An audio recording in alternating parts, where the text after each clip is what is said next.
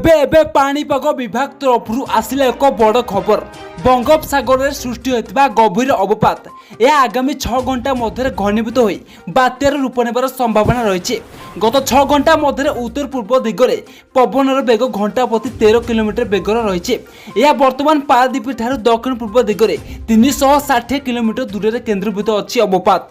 तेबे आगामी 6 घंटा मध्य मध्यरात्रि भितर राज्य में केउ उपकूल उपर प्रभाव पकाइब ताकू नहीं संपूर्ण अपडेट जानिबा। किंतु ता पूर्व वीडियो लाइक करंतु, चैनल को सब्सक्राइब करंतु, पाखे थिबा बेल आइकन दबाई ऑल नोटिफिकेशन ऑन करंतु। चलंतु देरी न करी खबर उपर नजर पकाइबा।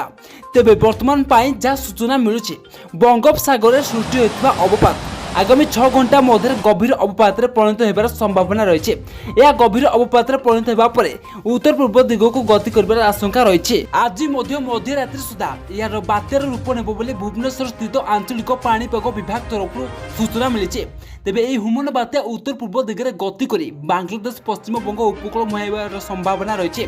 सेपटे राज्य समस्त सामुद्रिक बंदर गोपालपुर, पुरी, पारादीप और धामरा विपद संकेत जारी कर समय समुद्र पवनर बेग सर्वाधिक 80 किलोमीटर रहा सह 26 तारिख जाए समुद्र अधिक अशांत से पर्यंत मत्स्यजीवी मानक समुद्र बारण किंतु ओडिशा उपर यार विशेष प्रभाव नहीं बोली भुवनेश्वर स्थित आंचलिक पाणीपाग विभाग तरफ सूचना मिली। बास यह पाणीपाग विभाग लाटेस्ट अपडेट।